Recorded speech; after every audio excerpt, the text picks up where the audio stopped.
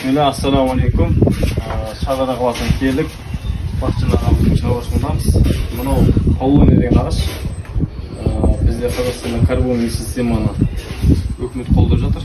Құдай қаласа Тоқаевтың бағдарламасымен жақын келер. Тоқаевтың бағдарламасымен 2 миллиард тал егілейін деп жатыр, Құдай қаласа. Өйткені бұлар өздеріне көмірқышқыл газын өзіне сіңдіріп, бізге таза ауа шығарады. Сол 2 миллиард ағашты отырғызу үшін бізге төте жолы осындай органикалық тыңайтқышты қолдану арқылы осындай ағаштарды тұрғызуымыз керек. Мысалға, мына Полония ағашы 1 жылдан кейін, биыл технически кесіліп, енді қазір 3 айлық Полония ағашы міне осы бойын көріп тұрсыздар. Қазір 4 жайға кетіп бара жатыр. Почти бойы уже 3 метрге жақындап тұр. Алла қаласа біздің негізгі ниетіміз осындай тыңайтқыштарды табиғи тыңайтқышты өндіру арқылы осы өсімдік әлемімен екеуін ұштастыру, байланыстыру. Міне көріп тұрсыздар, жақында болын. Мына жапырақ ең үлкені 75-80 сантиметр дейді, ең үлкені.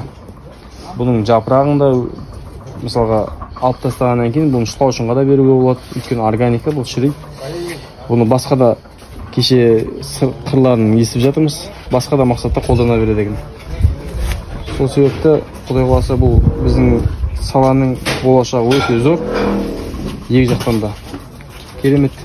Апа, берекесін берсін. Рахмет, рахмет. Керемет өсіпті талдарыңыз. Міне еді қара. Міне орап кетті. Орап кетті? Орап, міне. Орап кетті? Міне. 35% орап қойды, міне. Мінерін кесіп тастағанбыз ғой. Иә. Содан енді 3 ай енді болды. 35% орап қойды, міне. Көрдің ба? Осы толық оралып кете ме екен? Толық оралып кетеді ғой, бұл деген менің беліммен бірдей болады. Мына ар жағындағылар бейнесін ба или? Олар осы мына обрезкінің тамырлар ма? Сатып жетіп қой, соның тамырынан шығып жатыр бұлар. Тамырлардан шығып жатыр ма? Тамырынан шығып жатыр. Мына жапырағынан. Мына билер. Көрдің ба? Менде бар. Жапырағынан апамның басы көрінбей тұр. Бұл мұнаны бүйтіп қарап тұрсаң, мына. Уже 75 сантиметр кетіп бер жатыр да. Бұл өскен сайын жапырағы кішірейді.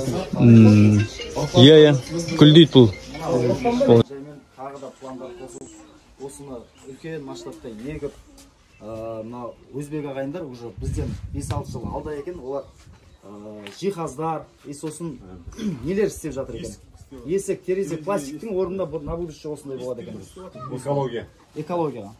Одан кейін кешегі Қазбек ағамыз айтты ғой, Шымкентте. Иә. Қалай бұның кислородын сатуын керек қой. Кислородын сатуға да болады. 2023 жылдан кейін жаңағы заң бойынша осы тіркеледі екен. 23-те осының кислороды арқылы, тал арқылы жұмыс істейді. Тал бізге жұмыс жасайды. Әр тал бір жұмысшымыз болады.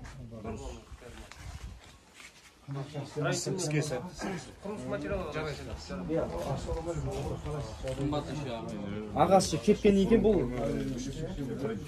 бұның ағашы кепкеннен кейін бұлай айналып қалмайды екен да?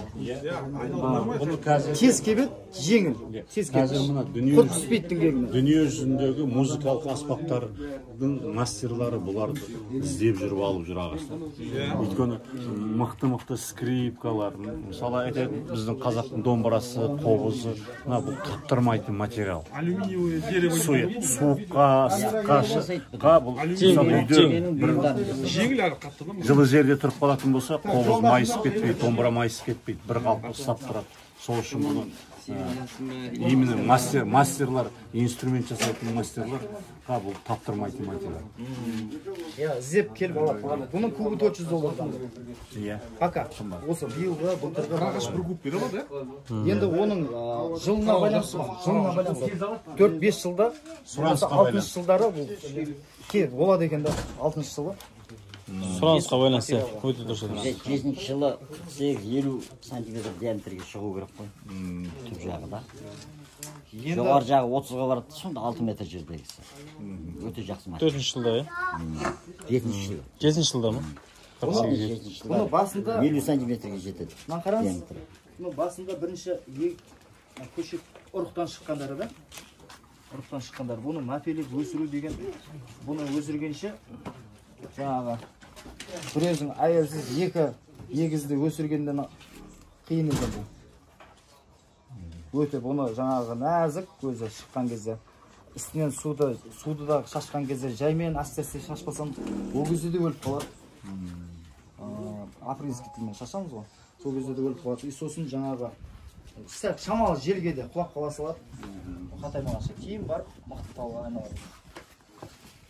Онда еңбек. Енді саған екінші семьяның қажеті жоқ, енді осыларды өсіріп жүре ме? Осы. Иә. Пока что тоқалды ойламай қойыңыз. Иә. Мына жаңа айтып тұрған сорт деп экспериментінде аяқта істеу үшін семена нелерін Осы өзімдікін өндіріп жасалады. мен аяқтан білмейді біздің қыстан шыдап өндірмеймін. Ол үшін кішкене эксперимент жасау керек. Эксперимент үшін мынандай нелер Каментоза деген сорттан егіп көріңіз. Енді интернетте бар ғой жайлы ақпарат қазір көп Қазақстанда. Одан кейін ұрықтардың барлығы көп. Тамырдан көшеттерін алуға болады. Жаңағы